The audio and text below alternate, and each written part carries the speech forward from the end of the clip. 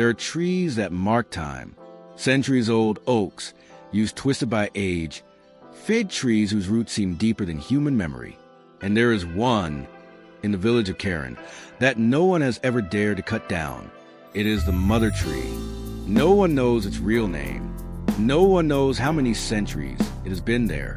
But every woman in the village comes there one day to pray, to cry, or to ask something of whatever lives beneath its branches. They say it listens, that it answers, but not always in words. The tree's child, her name was Nadia, born beneath its branches.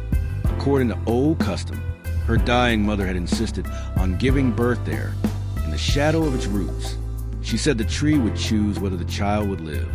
And Nadia lived, but she grew up different. The other children sensed this without being able to explain it. She heard things no one else heard. She spoke to voices she swore were those of the leaves. And some nights, she would get up quietly, go outside barefoot, and walk to the tree. Her arms encircled the trunk. Her cheek touched the bark. And she listened. For a long time, she was tolerated, then feared, finally hated. Because when Nadia looked at someone too long, misfortune would happen. A child would fall from a roof. A man would drown in a stream. A woman would forget how to breathe. And always, Nadia was close, silent, observing. The condemnation.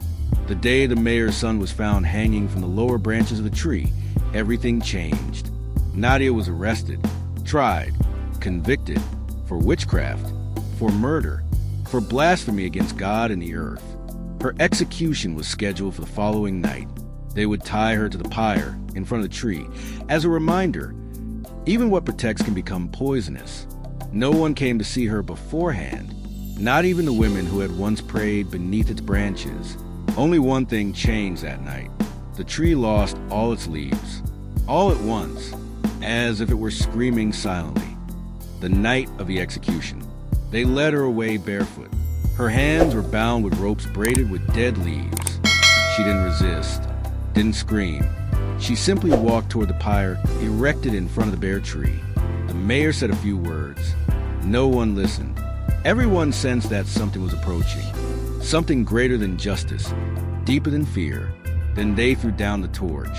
But before the fire could catch, the tree spoke, not with a voice, not with a word, but with a vibration, a wave that rippled to the ground, shook the stones, and resonated in the bones of everyone present. And Nadia smiled, for she understood. She looked up at the split trunk and whispered, "You are ready." And then the fire went out. No wind, no rain, just out. The guards backed away. The mayor fell to his knees, and the villagers began to run. Too late. The tree awakens. What happened next has been told in many ways. Some said the branches reached down like arms. Others, that roots emerged from the ground, seeking flesh to grasp. And some swore they saw the tree move, walk. But one thing was clear, Nadia disappeared. And in her place, the tree began to bleed. Black drops flowed from its branches, forming signs on the ground, unknown letters, a promise engraved in the earth. And in the days that followed, the village was abandoned. No one returned. No one survived. Only the leaves grew back, slowly, silently.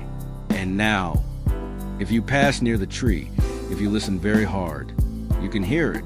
It doesn't speak with words. It speaks with memories, with voices, and sometimes it calls your name. His mother's tree spoke to him the night of his execution, and what it said wasn't for her, it was for us. Because now, he's looking for someone else, someone to talk to, someone to obey, someone to give his voice to.